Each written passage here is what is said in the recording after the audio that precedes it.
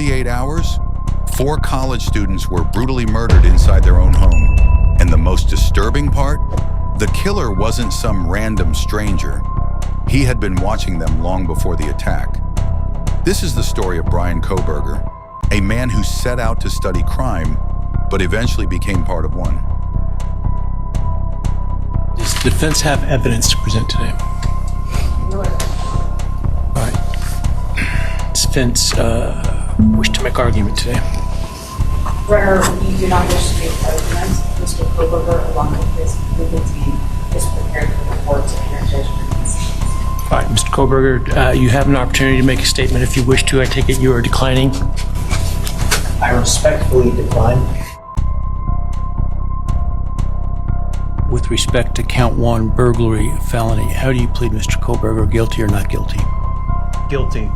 As to count 2, murder in the first degree, as it relates to the murder of Madison Mogen, how do you plead, guilty or not guilty? Guilty. As to count 3, as it relates to murder in the first degree for the murder of Kaylee Goncalves, how do you plead, guilty or not guilty? Guilty. As to count 4, the first degree murder of Xana Kernodle, a human being, how do you plead, guilty or not guilty? Guilty.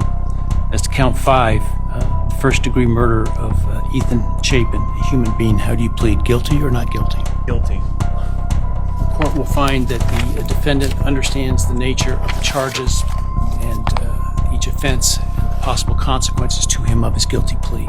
I accept the plea. I direct that it be entered. Bryan Kohberger was born in 1994 in Pennsylvania. On the surface, he seemed like a fairly normal kid growing up. But as the years went by, people around him began to notice that something felt off. He was quiet, socially withdrawn, and often kept to himself. He didn't have many close friends, and those who knew him described him as distant and hard to read.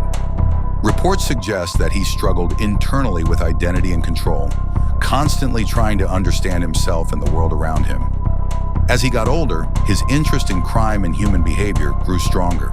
He chose to study criminology, diving deep into the psychology behind criminal minds.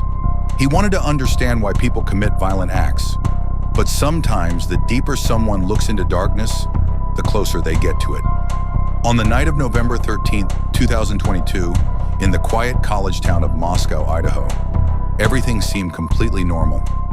Inside one home, 4 young students were living their everyday lives, completely unaware that this would be their final night.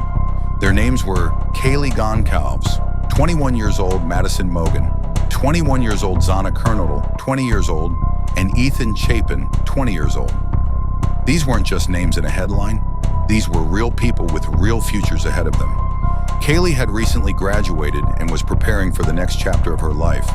Madison was her best friend, someone she shared nearly everything with. Xana was known for being kind and hardworking, and Ethan was outgoing, friendly, and loved by those around him. That night, something changed.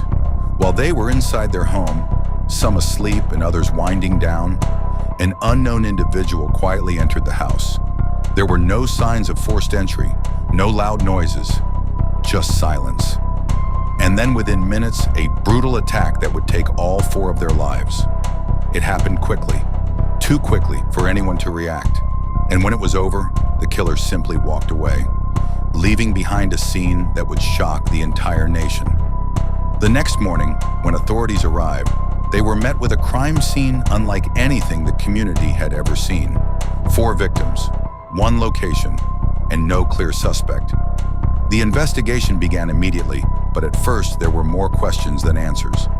Then, a small detail changed everything: a white Hyundai Elantra.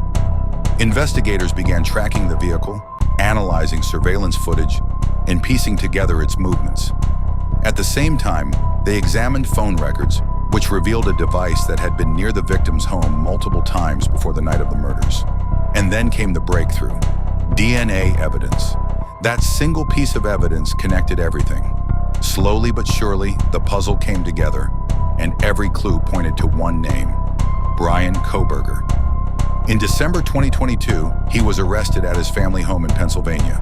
The news spread quickly, and the public reaction was immediate shock. Not just because of the brutality of the crime, but because of who he was. A criminology student, someone who had spent years studying crime, was now accused of committing one. When Kohberger appeared in court, many were watching closely. People expected emotion, fear, maybe even regret.